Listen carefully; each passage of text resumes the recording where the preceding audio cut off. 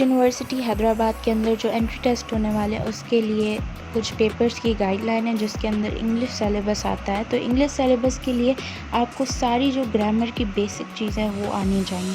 تو سب سے پہلے جو بیسک چیز ہے وہ ہے ایکٹیو پیسو. سب سے امپورٹنٹ ایکٹیو پیسو ہے جس کی کنورژنس آپ کو آنی چاہیے ایکٹیو ٹو پیسو اور پیسو ٹو ایکٹیو. تو آپ کو اس کا دھیان رکھنا ہے اور اس کی بہت اچھی سے تیاری کرنی ہے. یہ آپ کو اسکول لیول سے ہی آنے چاہیے تاکہ یہ آپ کو آگے جا کے مسئلہ نہ کرے. تو اس کے علاوہ ایکٹیو پیسو کے علاوہ آپ کے لیے جو بہت امپورٹنٹ ہے وہ یہ ہے کہ آپ کو ووکیبلری آنی چاہیے. اب ووکیبلری یہ نہیں کہہ رہی کہ آپ کو انگلش ٹو اردو آنی چاہیے, آپ کو انگلش ٹو انگلش آنی چاہیے کیونکہ یہ انگلش لٹریچر ہے تو اس میں انگلش ٹو انگلش آپ سے ووکیبلری پوچھی جا سکتی ہے. تو اس کے علاوہ ووکیبلری کے علاوہ آپ کو جو ہے اینٹونم اور سینونمز پہ دھیان دینا ہے. اینٹونم اور سینونمز آپ کو یاد کرنے ہوں گے کیونکہ یہ یاد کرنے والی چیز ہے. اس کو اپوزٹ اور سملر ورڈز جو ہوتے ہیں وہ یاد ہوتے ہیں اور یاد بھی ہوتے ہیں اور آپ کو دماغ میں بھی بیٹھ جاتے ہیں. کچھ بہت مشکل ہوتے ہیں لیکن ان کی پریکٹس اور آپ کو یاد بھی کرنے ہوں گے. تو آپ کو اینٹونم اور سینونم کے علاوہ جو ہے وہ ڈائریکٹ اور انڈائریکٹ اسپیچ اس کی بھی تیاری کرنی ہے. یہ تو سب سے امپورٹنٹ پارٹ ہے. ڈائریکٹ اور انڈائریکٹ اسپیچز میں جو سینٹنسز آتے ہیں وہ آپ کی ٹیکسٹ بک جو ٹیکسٹ بک ہے سندھ ٹیکسٹ بک اس کے تھرو بھی دے سکتے ہیں.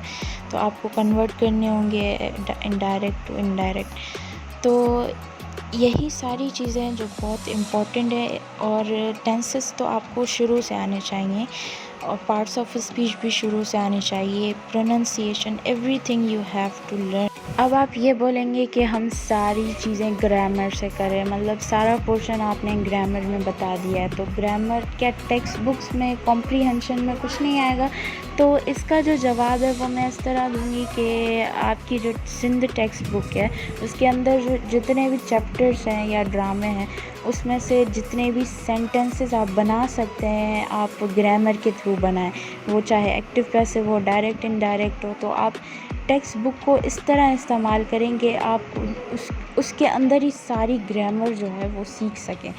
کیونکہ یہ جو پیپر ہے یہ جو انٹری ٹیسٹ ہے یہ آپ کی سیلیبس میں آئے گا فرسٹ ایئر اور انٹر کی ملا کر. تو فرسٹ ایئر اور انٹر کے سیلیبس کو ملا کر آپ کا جو یہ انٹری ٹیسٹ میں سیلیبس یہ جو پیپر آئے گا یہ وہاں سے آئے گا. تو آپ کو زیادہ تر جو ہے وہ فرسٹ ایئر اور انٹر کی بکس جو ہے وہ میں ریکمینڈ کرتی ہوں. اسی سے آپ سینٹنسز بنائیں. اس کا جو ٹیکسٹ والا ایکسرسائز والا جو پورشن ہے وہ آپ سالو کریں اور اس کے علاوہ بھی آپ جو ہے وہ پریکٹس کریں سینٹنسز کی. ناول کے اندر جو پرزنر آف زندہ ہے اور بھی بہت سارے جو ناول ہیں اس کے اندر بہت سارے ایسے ڈیفیکلٹ ورڈز ہیں جس کی جو ہے معنی نہیں پتہ ہمیں. تو آپ ٹرائی کریں کہ اس کی میننگ جو ہے سارے وہ ڈیفیکلٹ ورڈز ڈھونڈ کر اس کی میننگ لکھ لیں کیونکہ اس میں سے بھی کوئی ورڈ آ سکتا ہے. تو انگلش سیلیبس میں آپ کا 70% گرامر کا ایریا بہت امپورٹنٹ ہے, باقی 30% ٹیکسٹ بک سے آپ کمپریہنشن کا ایریا اٹھا لیں. آپ کو بہت مشکل نہیں ہے, آپ کو بس پریکٹس کی ضرورت ہے اور جسٹ پریکٹس کرتے رہیں اور انشاءاللہ آپ کا اچھا ہوگا. تو کسی بھی یونیورسٹی کے اندر انگلش سیلیبس جو انٹری ٹیسٹ میں ہوتا ہے وہ آؤٹ آف کورس نہیں آتا.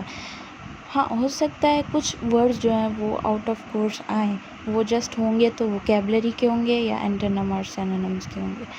تو try to do hard work, you will get succeed.